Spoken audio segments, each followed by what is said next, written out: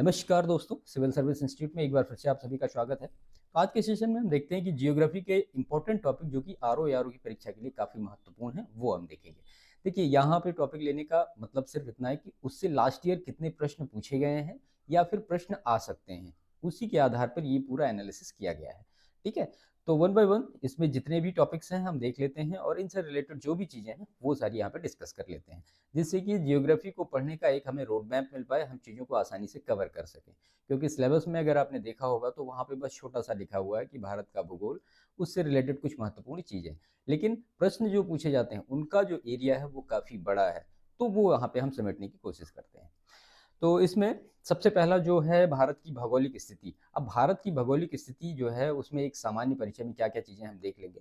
सबसे पहले जो भारत की अवस्थिति है, विस्तार है। अब देखिए, अवस्थिति और विस्तार में उसका देशांतरी विस्तार, उसका अक्षांशीय विस्तार, उसका जो मतलब पूर्वोत्तर है, पश्चिमोत्तर है, उत्तरतम है, दक्षिणतम है, जो बिंदु है, ये सारा उसमें कवर हो जाएगा। तो अवस्थिति विस्तार में इतना सारा करना है। उसके बाद तटीय और स्थलीय सीमा। अब जो तट के सीमा कितने हैं, कौन सा स्टेट ऐसा है जिसकी तटीय रेखा लंबी है, कौन सा जो स्टेट ऐसा है या कौन सा केंद्र शासित प्रदेश ऐसा है जिसकी की तटीय रेखा लंबी है, स्थलीय रेखा लंबी, इस तरह से। तो ये वाला पूरा एक सेशन कंप्लीट कर लेंगे। उसके बाद जो पड़ोसी देश हैं, भारत से लगे हुए पड़ोसी देश कितने हैं, तो 7 पड़ोसी देश हैं, उनका कितना बॉर्डर शेयर इंडिया करता है, इंडिया के कौन कौन से स्टेट हैं जो उन देशों से लगे हुए हैं, सबसे लंबा जो बाउंड्री शेयर करता है वो किस कंट्री से करता है ना। तो ये सारी चीज़ें आपको इसमें पूरी करनी है, कंप्लीट लेवल पे इसको करना है।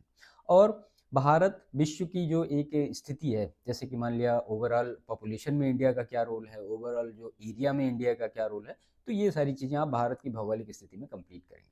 ठीक है, इसके बाद चैप्टर नंबर 2 में अगर हम देखें कि भारत का जो भूगर्भिक इतिहास है, अब इसमें जो चट्टानों का वर्गीकरण आपको देखना पड़ेगा, तो जो 4 हैं वो देखने पड़ेंगे। आर्कियन है, धारवाड़ है, कुड़प्पा है और विंध्यान है। कई बार इससे प्रश्न पूछे गए हैं। एक क्रोनोलॉजी में इनको रख के पूछा गया कि सबसे पहले कौन आया, फिर बाद में कौन आया, फिर उसके बाद कौन आया, इस तरह से। और फिर इसके बाद इसमें आ जाएगा टर्शियरी। ठीक है, तो इस तरह से इन चारों चट्टानों का जो वर्गीकरण है और मैप आपको देखना पड़ेगा, किस स्टेट में आर्कियन पड़ रहा है, किस स्टेट में धारवाड़ पड़ रहा है, किस स्टेट में कुड़प्पा पड़ रहा है और विंध्यान पड़ रहा है, और उनसे महत्वपूर्ण चीज़ें, इनसे रिलेटेड जो रॉक्स हैं वो कौन कौन सी हैं, सबसे ज़्यादा जो इम्पोर्टेंट चट्टान का वो है वो कौन सा है ना। तो इस तरह से इसको आप इस लेवल पे तैयार करेंगे। चैप्टर नंबर 3 है, तो ये सबसे बड़ा टॉपिक है इसका। तो भारत का जो भौतिक स्वरूप है इसके बारे में। अब इसमें हिमालय पर्वत के बारे में आपको तीनों देखना पड़ेगा, पश्चिमी हिमालय, पूर्वी हिमालय और उत्तर पूर्व हिमालय। तीनों हिमालय के बारे में अच्छी तरीके से, इसमें कि महान हिमालय, मध्य हिमालय, लघु हिमालय, शिवालिक है, उसमें जो पर्वत श्रेणियां हैं उनका ऑर्डर, कि पूरब से पश्चिम कैसा होगा और उत्तर से दक्षिण कैसा होगा, ये सारी चीज़ें लास्ट ईयर पूछी गई हैं। तो इसको इस लेवल पे आपको तैयार करना पड़ेगा। जो उत्तर का विशाल मैदान है, तो उत्तर का मैदान है, इसमें पूर्वी मैदान है और असम का मैदान है। तीनों मैदान के बारे में आपको अच्छी तरीके से देखना पड़ेगा, कौन सी रिवर वहाँ से बह रही है, किस रिवर से ज़्यादा फ्लड एरिया आ रहा है, ये सारी चीज़ें है ना। इसके बाद जो मध्यवर्ती उच्च भूमि है, इसके बारे में आपको देखना पड़ेगा। फिर प्रायद्वीपीय पठार में उत्तर दक्षिण पूर्व पश्चिम जो चारों प्रायद्वीपीय पठार चारों ओर फैले हुए हैं, वो उनके बारे में आपको अच्छी तरीके से पढ़ना पड़ेगा। तटीय मैदान, अब पूर्वी तटीय मैदान और पश्चिमी तटीय मैदान, इन दोनों के बारे में, कौन सा स्टेट कवर कर रहा है, किसकी सीमा लंबी है, कौन सा ऊंचा है, कौन सा उससे कम है, वे ऑफ बंगाल और अरब सागर, इनसे मिला के आपको पूर्वी और पश्चिमी जो तटीय मैदान है आपको पढ़ना पड़ेगा। इसके बाद जो द्वीप समूह है, तो 2 द्वीप हैं, लक्षद्वीप है और अंडमान निकोबार द्वीप समूह है। तो ये बंगाल की खाड़ी में पड़ेगा, ये अरब सागर में पड़ेगा। इन दोनों को आपको पढ़ना पड़ेगा। इसी में आपको जो दर्रे हैं और जो हिमानी है या हिमनद है उनको कवर करना पड़ेगा। और उसके बाद फिर लास्ट में अरब सागर और बंगाल की खाड़ी से जो महत्वपूर्ण चीज़ें हैं वो आपको यहाँ पे करनी पड़ेंगी। तो भारत का भौतिक स्वरूप से इतनी सारी चीज़ें आपको कंप्लीट करनी पड़ेंगी। प्रश्न इससे कई बार लगातार पूछे गए हैं।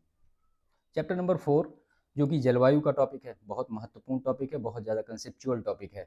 तो सबसे पहले इसमें तो आपको यही देखना पड़ेगा कि मानसून की उत्पत्ति के सिद्धांत क्या है। देखिए, फैक्ट के साथ साथ कंसेप्ट भी लेके चलिए, क्योंकि प्रश्न कई बार फैक्ट के रूप में तो आते ही आते हैं, लेकिन उनके साथ स्टेटमेंट में 1 या 2 स्टेटमेंट ऐसे होते हैं जो फैक्ट के रूप में होते हैं, है ना। तो फैक्ट को भी साथ साथ कवर करिए। तो इसमें सबसे पहले मानसून की उत्पत्ति के सिद्धांत क्या-क्या हैं, उसके बाद फिर जो कोपेन का जलवायु वर्गीकरण है वो क्या है, जेट स्ट्रीम क्या होती है, दक्षिण-पश्चिम मानसून क्या है, वेस्टर्न डिस्टर्बेंस या पश्चिमी विक्षोभ क्या है, उसके बाद फिर मानसून का निवर्तन और भारत में या भारत के राज्यों में वर्षा का वितरण क्या है, ये आपको देखना पड़ेगा। सबसे ज़्यादा वर्षा कहाँ हो रही है, सबसे कम वर्षा कहाँ हो रही है, उत्तर प्रदेश के रिस्पेक्ट में भी आपको ये देखना पड़ेगा कि सबसे ज़्यादा वर्षा और सबसे कम वर्षा कहाँ हो रही है। इसके बाद फिर मृदा, तो मृदा में आपको गठन है, उसकी संरचना है, उसका संस्तर है और उसके प्रकार हैं। कितने टाइप के जो मृदा है वो आपको यहाँ पे सारी देखनी पड़ेगी, जैसे कि दोमट मिट्टी है, लेटेराइट मिट्टी है, लाल मिट्टी है, ये सारा। और उसके बाद फिर मृदा संरक्षण की जो प्रमुख विधियाँ क्या-क्या हैं और मृदाओं की समस्या क्या-क्या है, ठीक है? तो फिर आपको ये मृदा वाला टॉपिक कंप्लीट हो जाएगा। इसके बाद फिर प्राकृतिक वनस्पतियों वाले टॉपिक में जो भारत के 8 वनस्पति क्षेत्र हैं, जैसे कि पश्चिमी हिमालय, पूर्वी है, असम है, सिंधु, गंगा, दक्कन, मालाबार और अंडमान निकोबार द्वीप समूह के जो 8 वनस्पति क्षेत्र हैं, इनके बारे में आपको देखना पड़ेगा। और जो भारतीय वनस्पतियों के प्रकार हैं, जैसे कि सदाबहार वन, आर्द्र पर्णपाती वन है, शुष्क पर्णपाती, कटीले हैं, ज्वारी वन है या पर्वतीय वन है, इनके बारे में आपको थोड़ा सा पढ़ना पड़ेगा क्योंकि प्रश्न पूछे जाते हैं। और इसी में आपको जो 18वीं रिपोर्ट अभी 2023 की आई वो देखनी पड़ेगी, और राष्ट्रीय वन नीति, वन संरक्षण अधिनियम और प्रमुख वानिकी शोध संस्थान, वो सारी चीज़ें आपको करंट से रिलेट करके यहाँ पे कवर करनी पड़ेगी, ठीक है। चलिए चैप्टर नंबर अगर हम इसके बाद हम अगर 7th देखें तो इसमें जो चैप्टर नंबर 7 अपवाह तंत्र में है, तो अपवाह की प्रकृति के बारे में आपको देखना पड़ेगा। ये कंसेप्ट है, पूर्ववर्ती अपवाह कैसा होता है, अनुवर्ती कैसा होता है, परिवर्ती कैसा होता है, ऐसे 2-3 टाइप के अलग अलग जो ड्रेनेज सिस्टम होते हैं वो क्या क्या हैं। उसके बाद फिर आप इस टॉपिक को 2 पार्ट में डिवाइड कर लीजिए, एक तो हिमालयी अपवाह तंत्र और उसके बाद फिर प्रायद्वीपीय अपवाह तंत्र। हिमालयी अपवाह तंत्र में आपको सिंधु, गंगा और ब्रह्मपुत्र के बारे में डिटेल में पढ़ना है। अब डिटेल में पढ़ने का मतलब ये कि कहाँ से निकलती हैं, कहाँ गिरती हैं, उनसे रिलेटेड जो उनकी सहायक नदियाँ हैं वो कौन कौन सी हैं, और उन पे अगर कोई डैम वैम बना तो वो भी महत्वपूर्ण है, कोई जल विद्युत परियोजना उस पर लगी है तो वो भी महत्वपूर्ण है, ठीक है।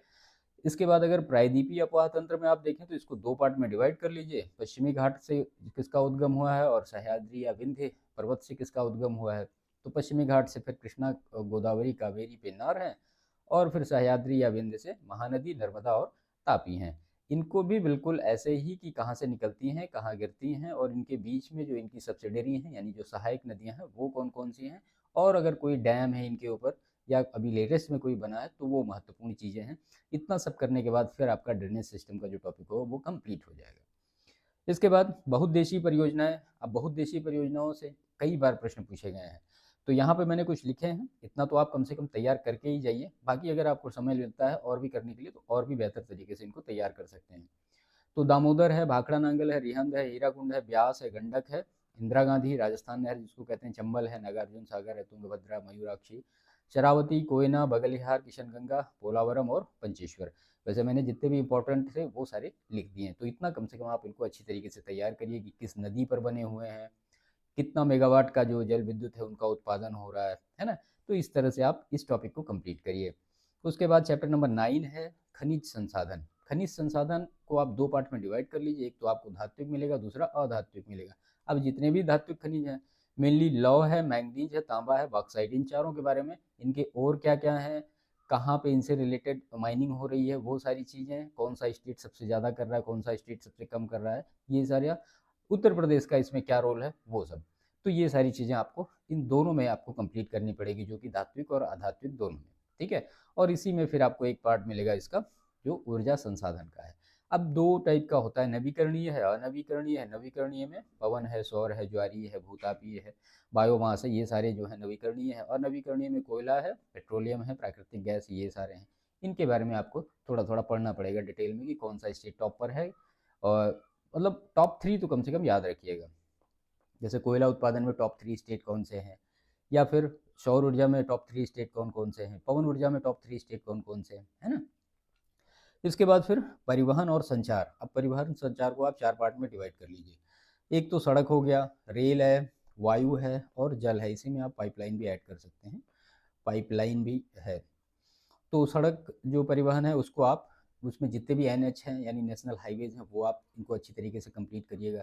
नेशनल हाईवे थोड़े से चेंज हुए हैं, खैर उसके लिए मैं एक सेशन कर दूंगा यहाँ पे छोटा सा, जिससे आपको सारे जो लेटेस्ट नेशनल हाईवे वो कंप्लीट हो जाएंगे।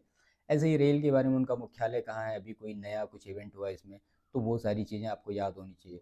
अब वायुयान में सारे हवाई अड्डे आपको दिख जाएंगे कि कितने हवाई अड्डे कहाँ पे हैं, खासतौर पे यूपी के जितने हवाई अड्डे हैं इंटरनेशनल, वो आपको पता होने चाहिए कि उनका नाम क्या है और वो कहाँ पे स्थित हैं। पाइपलाइन के बारे में भी 2-3 पाइपलाइन हैं जो लेटेस्ट बनी हैं, उनके बारे में भी आपको देखना पड़ेगा। और ऐसे ही जल परिवहन में फिर नेशनल वाटरवेज हैं, वो कौन-कौन से हैं, इसी में आपका बंदरगाह आ जाएगा। जो भी बंदरगाह हैं वो आपके महत्वपूर्ण हो जाएंगे, है ना? तो इस तरह से परिवहन संचार का टॉपिक कंप्लीट हो जाएगा। उसके बाद फिर विनिर्माण उद्योग में लौह इस्पात देखिए, एल्यूमीनियम देखिए, वस्त्र देखिए, चीनी देखिए और उर्वरक देखिए। तो ये 5 काफ़ी इंपॉर्टेंट है। इसके बाद भी 2-3 और भी हैं, आप उनको भी देख सकते हैं। इसके बाद जो भारत की जनजातियाँ यानी ट्राइब्स हैं। अब स्टेट वाइज जो ट्राइब्स हैं उनके बारे में आपको पता होना चाहिए। मान लिया अरुणाचल प्रदेश की कौन सी ट्राइब है, या फिर उत्तर प्रदेश की कौन सी ट्राइब है, मध्य प्रदेश की कौन सी ट्राइब है, तो ये सारा है। अब जैसे यूपी के या उत्तर प्रदेश या उत्तराखंड के जो ट्राइब्स हैं, जौनसारी है, बुक्सा है, भोटिया है, थारू है, राजी है, तो ये यूपी और यूके यानी उत्तराखंड के हैं। ऐसे ही एमपी के होंगे, ऐसे ही राजस्थान के होंगे। तो वो सारे जो अकॉर्डिंग टू स्टेट वाइज मतलब ट्राइब्स हैं, उनके बारे में आपको अच्छी तरीके से पता होना चाहिए। इसके बाद फिर सबसे लास्ट में इसमें सेंसस मिलेगा आपको, जिसमें कि भारत का और यूपी का दोनों का सेंसस अच्छी तरीके से तैयार करना है। लास्ट ईयर के पेपर आप उठा के देखेंगे तो कम से कम 1-2 प्रश्न तो इससे पूछे जाते हैं।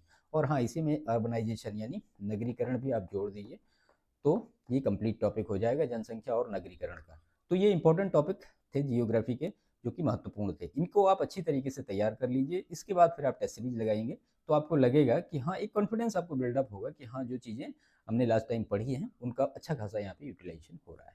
इससे आपको फैक्ट भी मिलेगा, कंसेप्ट भी मिलेगा, सारी चीज़ें मिलेगी। ठीक है, तो सेशन को समाप्त करते हैं। बाकी वीडियो अच्छा लगा हो तो इसको लाइक करिएगा, चैनल पे नए हैं तो चैनल को सब्सक्राइब करिए। बाकी मिलते हैं नेक्स्ट सेशन में, तब तक के लिए थैंक यू।